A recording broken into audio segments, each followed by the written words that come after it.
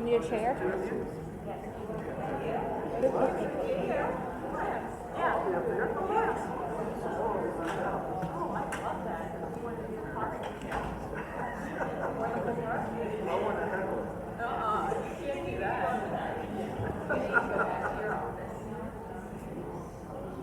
Hey, Paul.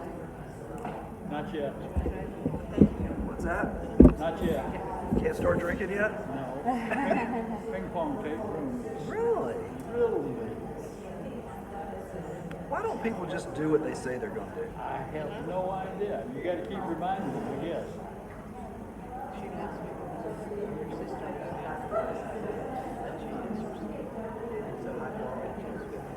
Just so I can be reminded how much. Did you get the flu shot yet? Don't get them the same. Don't? Everybody tells me it's okay. My doctor said not to. Oh, really? Because you can't tell if you have a reaction when it knows what it is. So what? I got a reaction. Yeah. Who cares? Well, it's your fault. It's your body. That's true. I've had the flu shot. And I Neither one of them are going to bother me. be careful when you say something like that.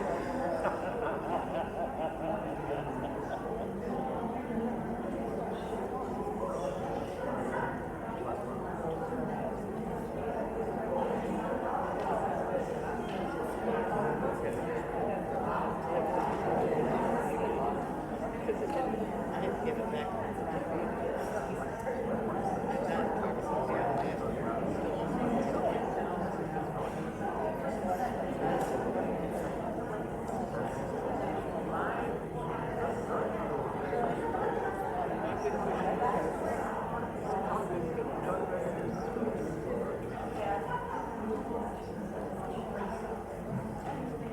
Good afternoon. Thank you all for coming. This is part of the Continuing Care 101 series. I believe this is number 4. I think this is number 4 of the series. We have in the past talked about services that you can receive in your home. If you'll remember that was the first one where we explained the differences between home care versus home health, and what private sitters can do, and we talked about all those kinds of things, and therapy when it's appropriate, so services you can get in your home. We had a little bit of a conversation about the clinic at that point. We've talked about the transitioning between levels of care, if you will. We talked about an explanation of the levels and what happens in each one. And then we had a conversation about the rehabilitation household that we're currently finishing the construction of. And so today we're going to talk about the clinic. Clinic services, what they can and what they cannot do for you here at Cedarfield. So with us today is Ann Hopper, and Ann is our clinic nurse. And with her is Lynette Murphy, and Lynette is a social worker who works closely with Kathy Moran, and the two of them are going to talk about the clinic and the things that they can do for you there. And I'm going to sit to the side quietly. So this is your early Christmas gift. And Florence is going to play the role of heckler, apparently. Hello, and Paul's going to answer the questions at the end, because he's good at that. All right, so we'll get started. The clinic, as you might know, is open Monday through Friday from 8:30 to 4. Any after hours, weekends, or holidays, there's a nursing supervisor that would cover emergencies, and we'll get into that a little bit later.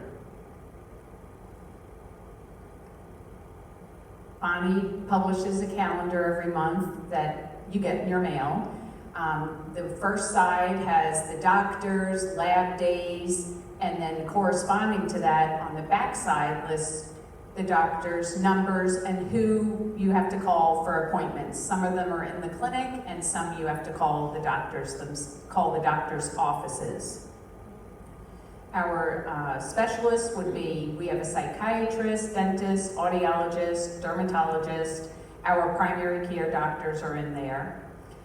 If you need a clinic, if you need a pendant, the clinic is the area to call for us to request it for you, and each one of you would have your own. We also do the new resident orientation, so we cover what we can do in the clinic. We talk about the motion detector, your pendants, pull cords, responding to emergencies, which I think is on the next slide. Oh, let me finish this last one, sorry. That's all right. Thanks. We also do blood pressure checks. We do the minor bandage changes. We also have meal delivery. If you have an illness that is just short term, we can still do, it's a sick clinic meal that we can work out through the dining room. And then we have home health gets involved if there's anything more involved with, any new diagnosis that you have or medication, and Lynette will get into that. So as far as emergencies go, this is always one that we get questions about. You or anyone here in the community, if someone just fell out on the floor, you thought it was a stroke or a heart attack, you don't have to diagnose, you can call 911. Excessive bleeding. But the plan is, if you were in your apartment and you or your spouse, you thought something was happening that's pretty significant, you had severe chest pain, yes, you're going to pull your cord, but the first thing you're going to do is call 911 because time is important. And the pulling your cord or pressing your pendant is important so that either the clinic or supervisor knows who needs the help, because 911 is going to be coming through the gate and the security is going to get them to the proper place. Yes? Already breaking my rule. This is a really important point, because something that we have done a good job of at Cedarfield is educating people about the use of the pendant. So people push the pendant for help. And what we don't want to do is educate people to the point there, if there's clearly an emergency that needs an emergent response, dial 911 first. We don't want you to be so well educated that you press the button, because then minutes are going to elapse before a nurse arrives. And then they're going to dial 911, and then more minutes are going to elapse by the time 911 arrives. So in all that time, particularly in the case of a stroke or heart or any kind of cardiovascular, you just don't want time to elapse before you can get to an emergency room. So dial 911 in a clear emergency. If you saw someone fall and they've got pain in their hip, dial 911. There's no underreporting, I guess. You're not going to get in trouble for dialing 911. But then press your pendant, because we want to know too, because then we can be on our way. We can be sure that they know where you are, that the doors are open, that a myriad of things that we do internally. And then as far as resources that we can help you with, and some of this sounds confusing, and that's where we can help in the clinic, either Lynette or myself, a nurse. Adeline, who's in the clinic right now.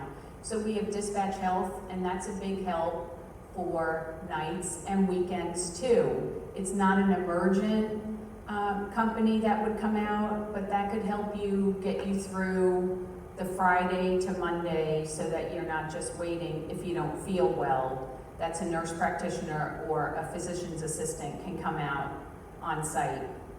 There's Ortho on Call, which is right next to Westbury on 3 Chap, so it's close. You might want to go out to urgent care. Sometimes we send people to the Bon Secours Short Pump ER, and that seems to be a great place to do your initial evaluation, and if nothing's wrong, it's great, you come on back here. We have mobile x-ray, dynamic mobile. We have an order, we can have an x-ray, chest x-ray, any type of bone x-ray. So that's helpful, keeping you here. And then we do labs on site. We are using GenetWorks, and that is a group that we do our COVID testing through. So we have a phlebotomist coming into the clinic 2 times a week. And we could still do them in the clinic if you are not there when the phlebotomist is there. And then we are still doing COVID testing. We do it in the clinic. We ask, even if you have been exposed or you think, you have symptoms, we still ask you to come over to the clinic because we're not set up to go to apartments, cottages. We're pretty much just going for emergencies. This booster and flu clinic that we're going to have, I think Paul and Florence mentioned it. It's Monday, October 17th from 8 a.m. to 5 p.m. and we're going to do it right here in the Fellowship Hall. There's going to be more information about it. There's that paperwork involved. It's going to be through Giant Food Pharmacy. Pharmacists are going to be coming out, but we're going to send out information, and we're going to have basically a form signing party. We're going to set up tables and help people with it because of the font being too small or so many of those medical questions. We want to help. And then I just wanted to talk about the flu vaccine. I talked to Dr. Varanian with regards to, do I get the flu vaccine and the booster on the same day? And the CDC says that it's okay to get those 2 vaccines, 1 in each arm. However, you are welcome to go out and do one or the other and then have the other one done at our clinic. And then I also wanted to go over this high dose. It's a quadrivalent dose that you all get over 65, and it's antigens from 4 inactivated flu viruses, 2 from the type A strains and 2 from the type B strains, and that's what makes up the quadrivalent. We all get the quadrivalent under 65. It's the high dose quadrivalent that you all get.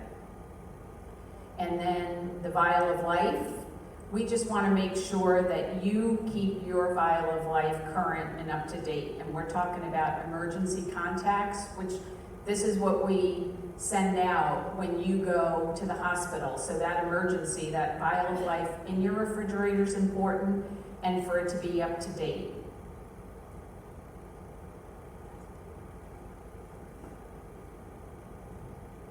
So the social workers' roles, I think we kind of addressed in the first forum, but just to review that a little bit, the IL interventions and supports, how we work with the clinic, and then how we're kind of an extension of the clinic in some ways. IL interventions include orientation for new residents.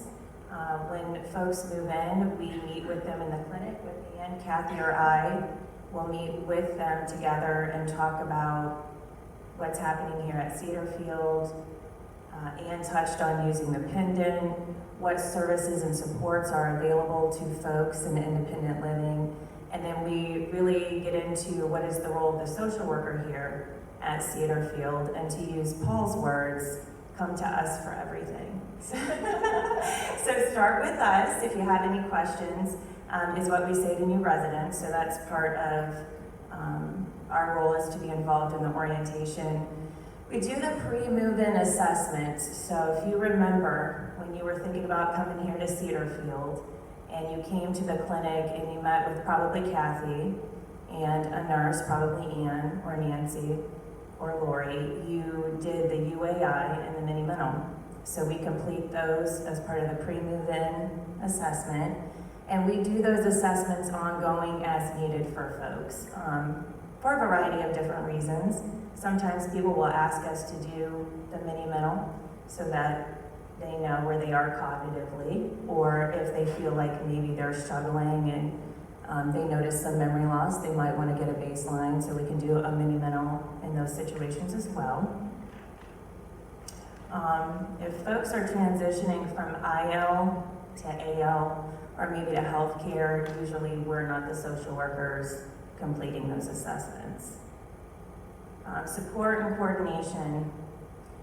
We assist with the level of care change. So right now we have some folks moving. They're going from independent living to assisted living, and we're helping them coordinate some of that. It's a lot of emotional support, sharing information, helping them learn about the process, what it looks like. But in independent living, you're probably coordinating a lot of that on your own. But we are there to help and support as needed, and are kind of not really the center of that because we have a move coordinator, but just kind of making sure everybody has the information that they need and knows what's going on. Crisis management. If something pops up, a crisis looks different to everybody, but if something feels like a crisis to you and you're not really sure what can be done to help you or support you, you can come to us. We can talk more about it and figure out what sort of intervention or supports you might need. Sometimes it's just talking something through with someone else, Kathy or I, or Ann, if we're not available. We do a lot of tours through assisted living, healthcare, and memory care for independent living residents who want to see what the unit or the neighborhoods look like. Maybe are thinking, not right away am I ready to move, but considering it, so they want to see what the neighborhood looks like. Families come along for the tour. Maybe they need that extra support from their family members, so we will do the tour together. We've done tours through assisted living, healthcare, and memory care all in one day. We're part of the care plan meetings for our independent living residents when we're in healthcare. So we talk about what the transition back from healthcare will look like for them. We help them identify services and supports they need when they get back to their IL apartment. Make sure that those supports are in place. Kind of assess to see if it's working or not working. Do things need to be adjusted? We help you all get back from healthcare to your IL apartment and get settled.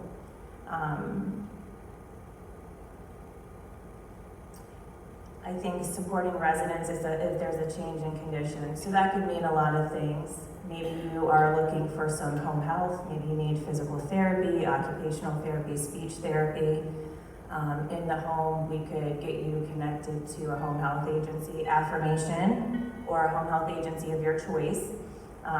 Make the referral, help you get all of that in place. Maybe you're looking for some private duty. We can give you some resources and referrals for that. Deer Oaks is our therapeutic counseling agency. So we make referrals if folks need a little bit of therapy or they want to tune up their mental health and wellness.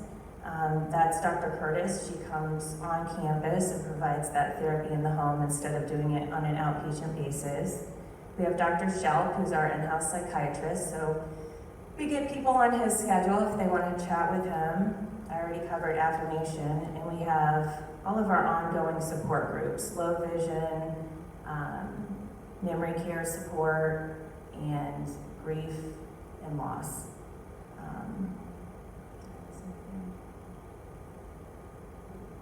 Thank you. Okay, this is a big one, the DNR and full code. This is on your vial of life. The DNR stands for do not resuscitate, and then you have a full code. So a full code means do everything medically possible in the event my heart stops, I stop breathing. Do not resuscitate is basically do not attempt to bring me back to life. So I put advanced medical directive because I hear from a lot of folks, well, the information's in my advanced medical directive. It is spelled out. And you're right, I'm sure it is. It goes into detail. Who's the person you want if something happens to you, and how much you want done. That's all well and good for when you're in the hospital. But when you're here in the state of Virginia, you need to have the one-page form, which is up here, and so you're welcome to look at it or take a copy. But it is a form that you discuss and fill out with your doctor. You put your wishes down, there's little boxes, and you check it off. And then your doctor goes behind and signs it with you. And so basically what you're saying is, if your heart were to stop beating, that's it, we're not gonna do anything. On your vial of life, it states code status on the second column. And if you don't say you're do not resuscitate, then you're a full code. And so what happens is we do everything possible. If something happens here at Cedarfield, we're gonna do the chest compressions, we're gonna do everything we can until the rescue squad gets here. Then the rescue squad takes over and they do everything that they can. And then you go to the hospital and you go into ICU, and that's where your advanced medical directive would come in with the doctor and the family at that point to discuss what you wanted done. So I'm sure we're gonna have questions about a lot, but that's the whole do not resuscitate versus a full code. So, Ann's bringing this up is really important because there can oftentimes be a misconception that people have about what they have.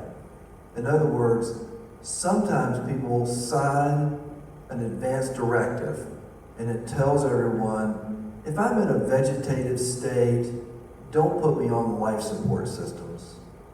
And it's really helpful for family members.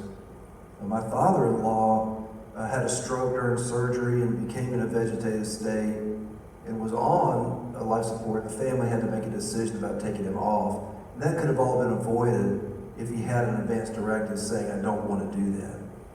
But that's different than a person falling over rather suddenly. At that point, medical professionals are required to do everything they can in the absence of directives to do otherwise. So an a do not resuscitate is an in the moment. If I have an acute, if I'm for all purposes not responsive and I quit breathing and my heart stops, they're going to do chest compressions. And it could go on for 10, 15 minutes. When EMS arrives, they're going to do it for 10, 15, 20 minutes. And they're going to do all that if a person does not have this one-page do not resuscitate. And it's fine if that's what you want, but sometimes people just don't realize that they, by not having one, have put themselves in a position to receive very aggressive treatment. An advance directive is not that. A do not resuscitate would not allow someone, it's the only way that a medical professional can get a pass to not do chest compressions. Otherwise, they have to do them. And I'll just add, if you are a do not resuscitate, you end up having it on your vial of life. We give you a copy for the back of your bedroom door, and it's on the container of the vial of life. Basically, everyone knows. And it's the first question that we would ask when I've had some people go down here. It's the first question I ask if there's a caregiver with them, which it was the one time, 2 times, same person. Are they a DNR? It's the first question. So, I don't know if there are questions. If you want to learn more about it, talk to your social worker. You're saying if I fall out here right now and have a heart attack, I have to do nothing. We can't hear you. You're saying that if I fall out of the chair right now and I stop breathing and I have a do not resuscitate, you're not going to do anything to get my heart started? That's correct. Yes, if you're a DNR, yes, if your heart stops, we would check, and that's right, we wouldn't do anything. Okay. Second question, 911 is not a panacea for not having somebody come in an emergency, in my opinion. It's not the all panacea, because you've got places in this building where you can't get 911. This is directed to you, Paul. What do you expect the time frame in an emergency will be, in particular in places on the weekend or like that? For example, if you have 911 and you're in the garage at D-Wing, you're not going to get a 911 call out. And there are parts of the building where you might not get that also. So I think what you're saying, Mike, is that cell phone coverage is an inhibitor to being able to contact 911. Is that right? That's the first part. The second part is, since I've been here, we had Helping Hands, for example, that responded to emergencies. And they were here on the weekend. How fast do you expect in an emergency where somebody can't get 911 for somebody to contact and be at that room or where they are? So I have a couple of thoughts. If something were to happen right now, I would have to be yelling out, someone call 911. You know, I couldn't do it all. The first thing I'd be doing is going right over to you if you fell out, finding out if you're a full code, and then I would be doing chest compressions. So you have to give orders for people to do it. And if someone has to run to make that phone call to 911, we're not asking a resident to be the supervisor. But you know when it's serious about calling. That's what we're talking about. Excessive bleeding, someone that you think is having a stroke. We have spouses that will call and say, I think my husband's having a stroke. We say, call 911, we're on the way. No, I would say in the case of the garage, for example, if a person can't get a signal there, they should step out of the garage where they can get a signal and dial 911. So the second part of your question is about emergency response. And the way that works, do you want to talk about that? Emergency response, who responds? Yes. So you're right, Helping Hands did show up. They would be the first one there.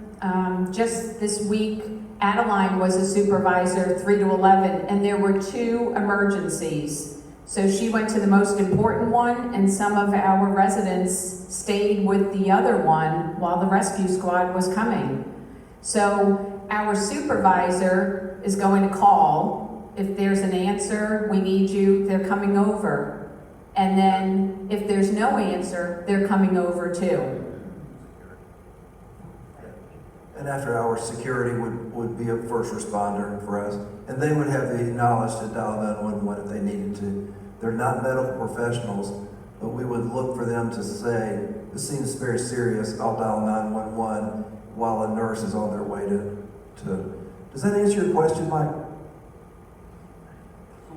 Sort of. Okay. If you're at a place at Cedar Field that you can't get a cell signal and someone is laid out, someone needs to go to a place where they need to step into an apartment, they need to go to where they can get a signal and call 911. And secondly, I think your question was, who's going to respond? It'll be security and a nursing supervisor during those times that the clinic is here or I think that's the answer to your question here.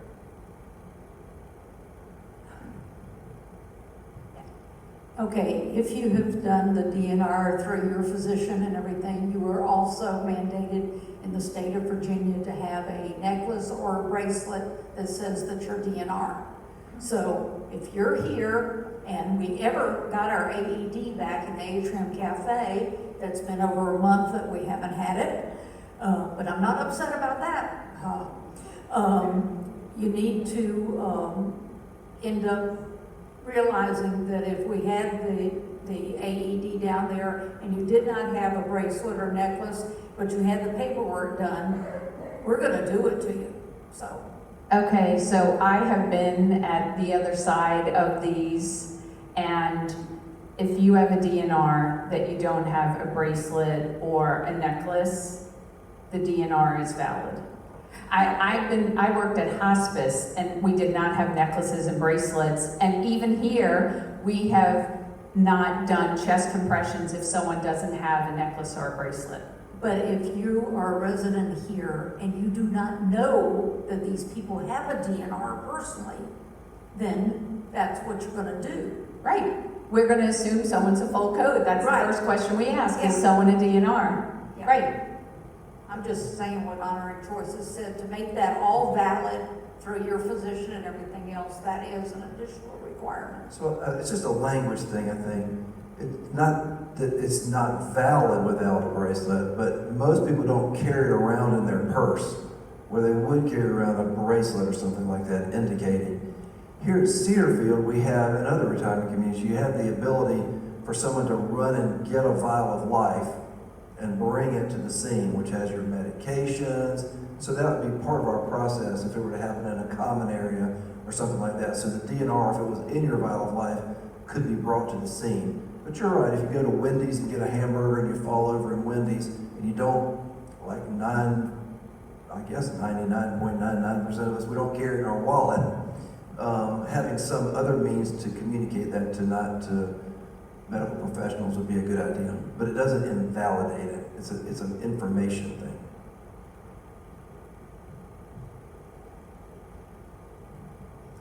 I wanted to say one thing.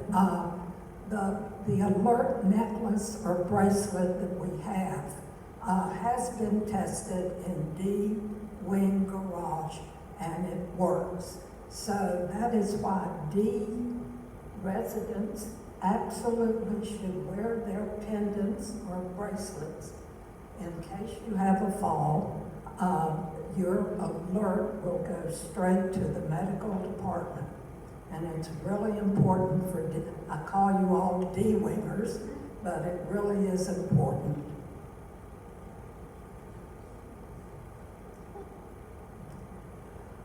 I am concerned, I use an Apple Watch, I have an Apple, and if I push it, I can get EMS.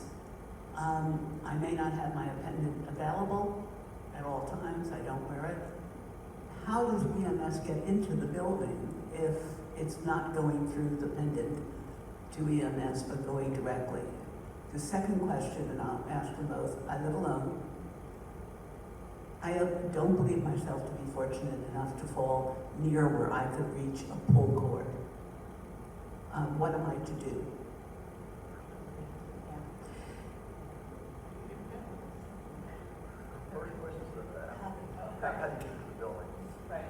So that's the thing. A few people have that where the alert, if you fall, goes right to 911, which is great.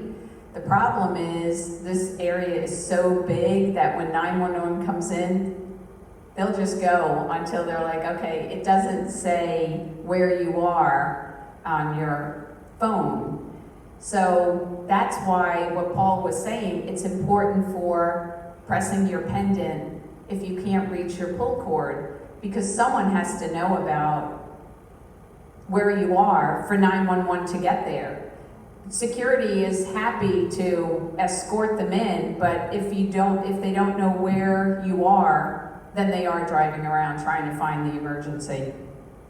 Yeah, I feel like the question might have been, I don't wear my pendant and I don't want to and I'm not going to, but that puts me at some risk, so how do I mitigate that risk? I think you wear your pendant. I think is the main thing to do, and not try to work around not wearing it. Wearing it is important because you never know when you might fall. And to your point, if you fall in a place where you don't have a pull cord or you're not to be found for some time, then having a cell phone with you is a good idea. Having a pendant is a good idea, in my estimation. But there's a lot of people who don't, because it's cumbersome to wear a pendant, and there's a real reason not to, but there's a real benefit for doing it too. Okay, since the falls in D-Wing's garage, then I've been wearing my pendant on the cord around my neck. But I've tried many ways, and I accidentally hit it and beat it if I put it towards my waist or something. So that's been a real problem. But I have to tell you my experience this morning. Oh, I got to talk, but okay. This morning I was awake and still lying there, and there was this great big crash next door, and sounded like lots of bones or wood or something. And what had happened was my neighbor had fallen, and I know he's subject to falls. So I got up and I knocked on the door, but he couldn't come to the door. The door was locked. So I did not know what to do. I looked up in the directory and didn't know whether to call the emergency number or call whatever the other one was. And so I just kind of back into my room. And I felt so bad. But when I saw the nurses coming out about 10 o'clock from his room, then, and I didn't want to ring his telephone because that'd be one more struggle and frustration if he couldn't get to the phone. So about 10 o'clock, I saw a nurse coming out the door and I talked to her and found out that his pendant wouldn't work. He tried to work his pendant and it wouldn't work. So how often and how do we test our pendants? So first thing I would say, if you didn't know what to do for him, you could press your pendant or pull your cord. We would think we were coming to you, and first thing we do is call you, and you could say, hey, I'm fine, but my neighbor sounds like he crashed.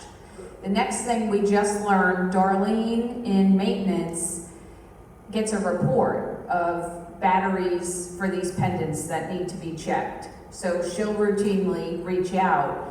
What we found out from about your neighbor was if you go to healthcare, it gets programmed to be answered in the healthcare room, and it needs to get changed when you come back to independent living. So that's what needed to happen. I didn't follow that. If you go to healthcare, they're going to change the programming of your pendant to be in the place that you live temporarily. And it sounds like in this case, maybe we did not change that back to what it should have been. But to your larger question, how do we check?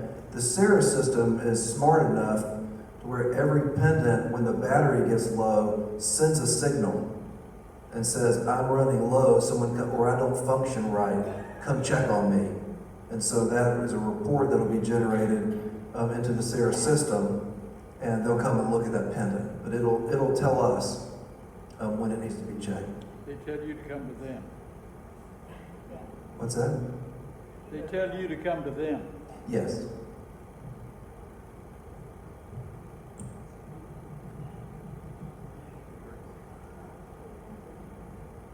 Oh, and you can always go to Darlene and ask her to do a test. Even Karen will do it.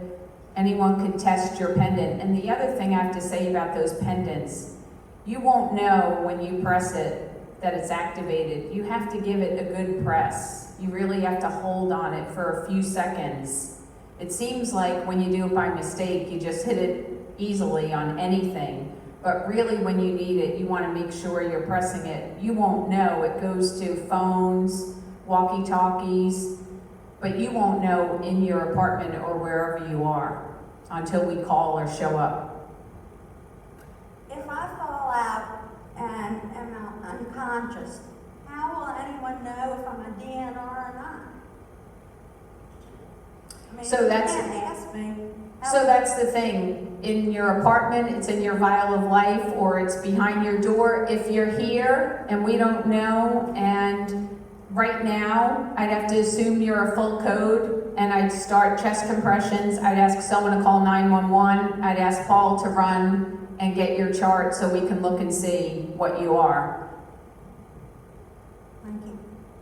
Yeah, no, it's a very routine thing. Someone in a response would be assigned to go to your home and get your vial of life and bring it down to the scene so we can give it to the first responders.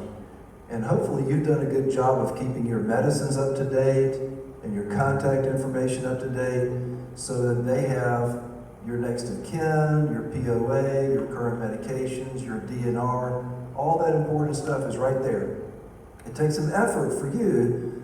When you go to the doctor, they say, we're gonna give you a new medication, you gotta come home and be sure you write that down and delete ones that don't apply to you anymore. So in the case of emergency, you have an accurate record to give them. Now, 911 people respond a lot to places where they don't carry around a vial of life with them like we do here. So they'll still take care of you, but you're at a great advantage if you can give everyone your history and your medicines as you arrive. So it's a great strategy on your part, and we really encourage you to keep it up to date. 2 comments. One, when you make it up to date, we make sure you give it to Bonnie so she can update the one in the clinic. Right? And then I had another point, but my brain is concussed and I have no idea what it was, I think.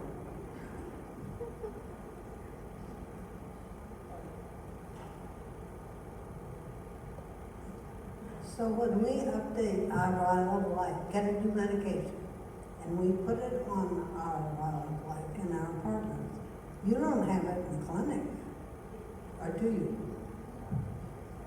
If you're supposed to, you should be letting us know if there's any change. Emergency contact, anything changes. Medicare, you get new cards, anything like that, because that's what's going out with you when you go to the hospital.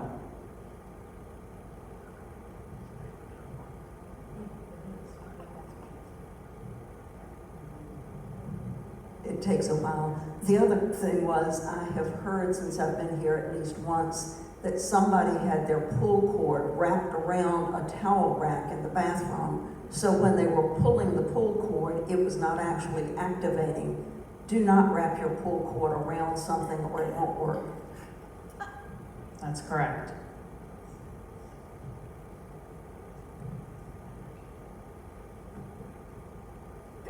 I don't live in D Wing, so I don't park in the garage.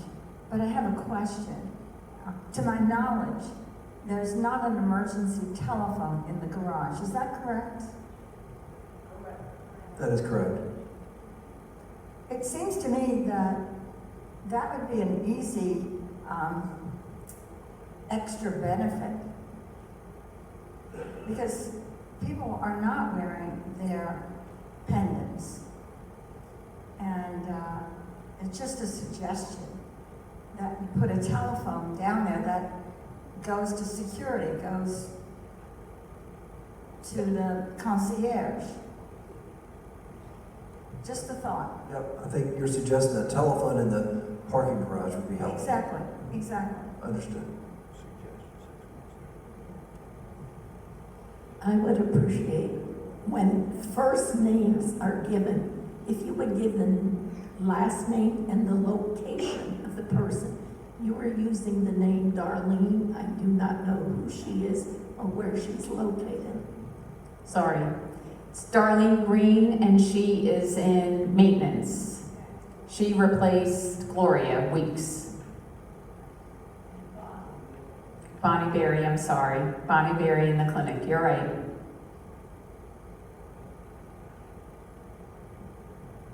And where is Darlene's office now? The question was, where is Darlene Green's office? And Darlene Green, again, is the maintenance secretary. So if you go down, if you leave here, go down the hall and turn to the left, all the way to assisted living, a door on the right, which is not marked. Go in that door, and that's where you'll find Darlene Green. Go halfway. You just put a paper sign up on that door until you get whatever. The reason why it's not marked there is because they used to be somewhere else. They used to be down where the pool used to be. And we moved them up so they'd be a little closer to the action. And we don't have a sign, but we do need to mark. It's basically across from the employee cafeteria. It is across from the employee cafeteria. That is true. I have a question about emergency notifications. I have gotten phone calls from the director from time to time, but it seems to me that there may be an overall emergency that needs to be addressed, and such as a tornado warning, something like that, anything that's big that everybody needs to know about. There seems to be no way to get information on that unless the director or someone in the director's office contacts through Sarah to make the phone call. Is that correct? Yeah, I would say that we do those call-em-alls, and then we would put a screen up, and other than that, I'm not sure. Florence?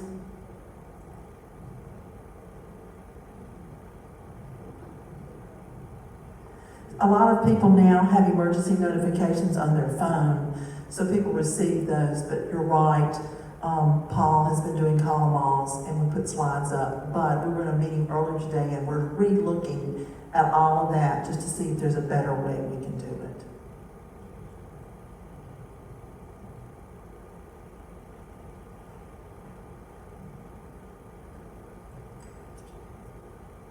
At one time, we were given the option of having our pendant either on a wristband or around your neck. That's been quite a while ago. So maybe if that could be offered as an option, there are a lot of new residents. Yes, we can do that. You could still, there's a way to put it on the waist, like a belt buckle, on your belt, or, you're right, wrist and a necklace. We can let you folks know about that. And how do you go about doing that? So what we do is with the new residents, when they come to the clinic, we go over the pendants, asking them if they want it, and we show them the wristband and the necklace and let them know. There's even a guard that they can put on. There are folks that hit them a little bit more frequently. Okay, if you have already living here and decide that you would like to have a change, who would we contact? That would be Darlene Green in maintenance. Some folks go through the clinic because that's where they started, and we can help with that too. Thank you. You're welcome.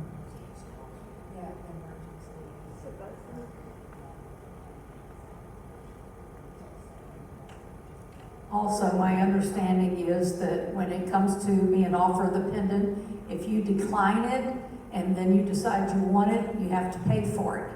Is that correct? No.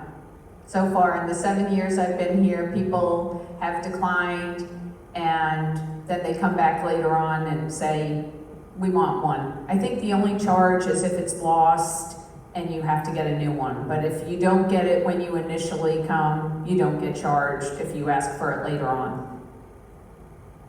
There's a question about storms, emergency notifications.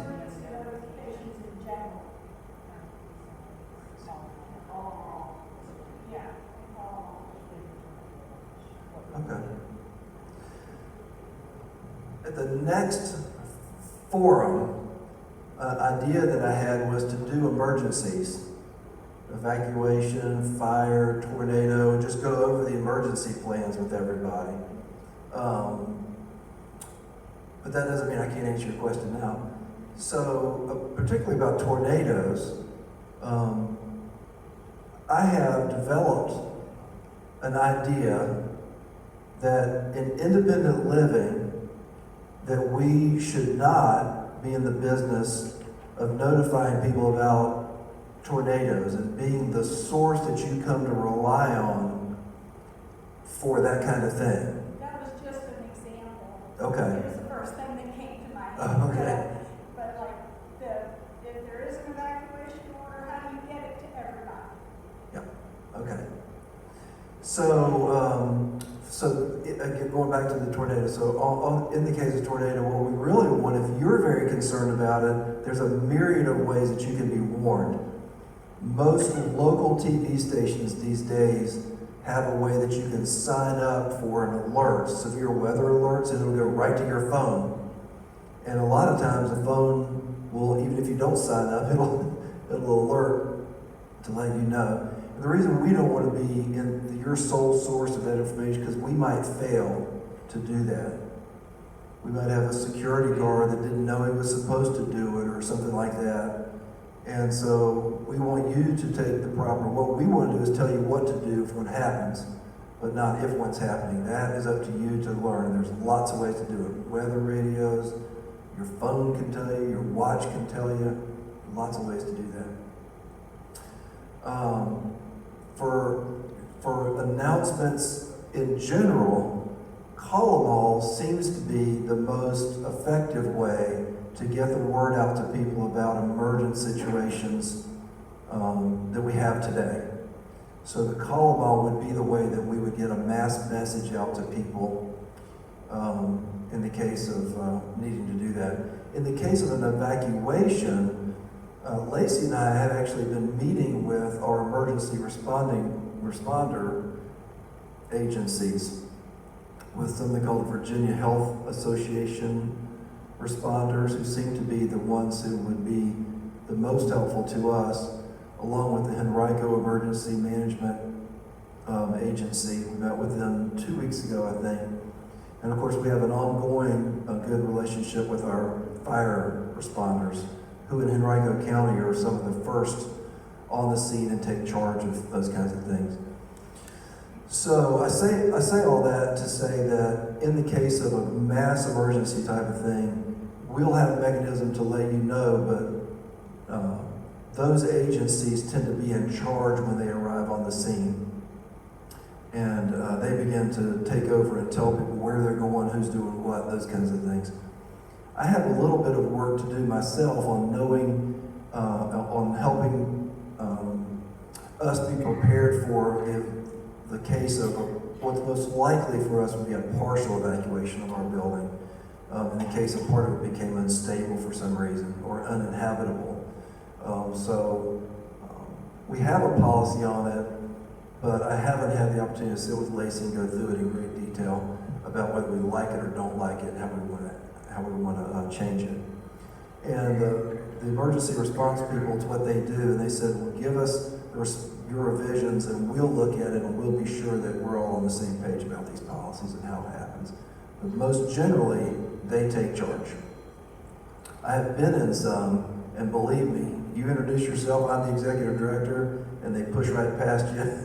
I don't care who you are, you need to get out of our way because this is our scene. That's typically how they work.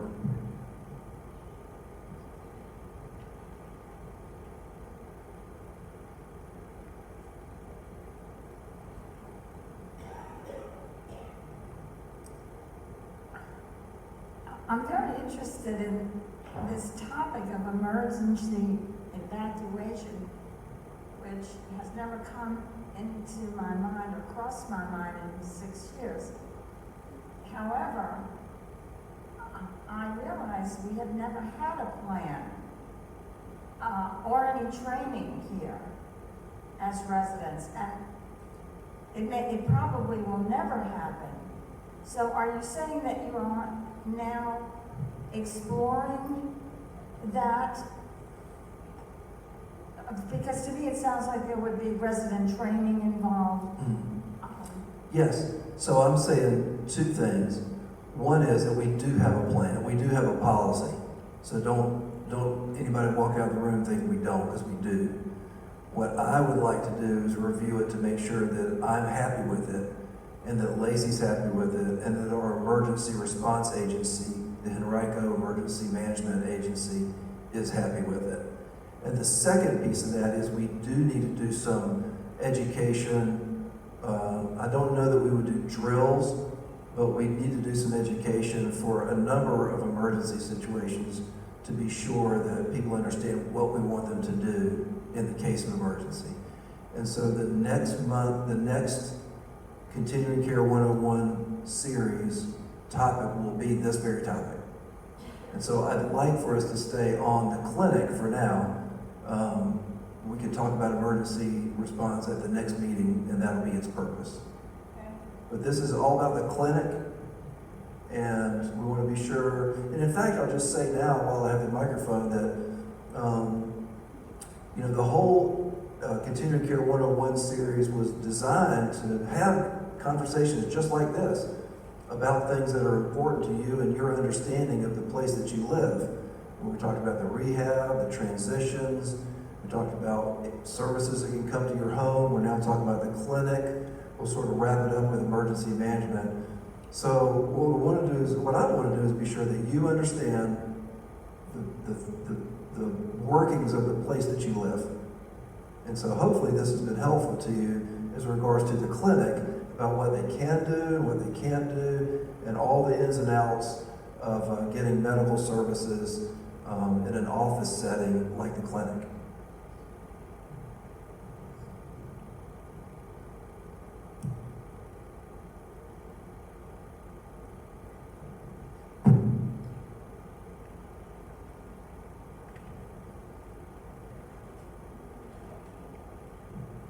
Can you give us an update when they're gonna get you the batteries for the AED? So it was supposed to be in November 6th, as you know, it's not because the AED is not in the atrium, so it's on back order. I'm sorry, September 6th. Sorry, it was supposed to be in September 6th, and it's not. It's been pushed back again. Since, So an AED is an automated electronic external defibrillator. So it's a device that is, it's not, you don't have to have one, but they're nice to have. And they are, you know, the old shows where they put the paddles together and rub them and put them on your chest and shock you back to life. That's what an AED does, except it does it automatically. And you're supposed to just put it on someone, and it's supposed to do all the diagnostic, and it's supposed to shock people as appropriate for their heart rhythm. And it's designed so that anybody, some Joe Blow walking down the street, can grab one and use it effectively without any training. But we do require some training for our staff to do the AED. We have one in the Atrium Cafe. The battery's dead, and it was supposed to be here 6 days ago, and it's in back order. The battery's in back order. okay, this is not the first time that there's been an issue with getting batteries since I've been here. Can we come up with a better way of managing that so that the battery doesn't die and we have to go through this again? Yes.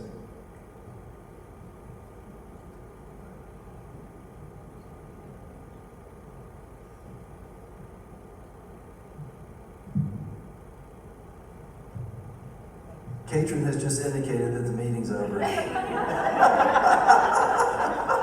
don't have to work out after work.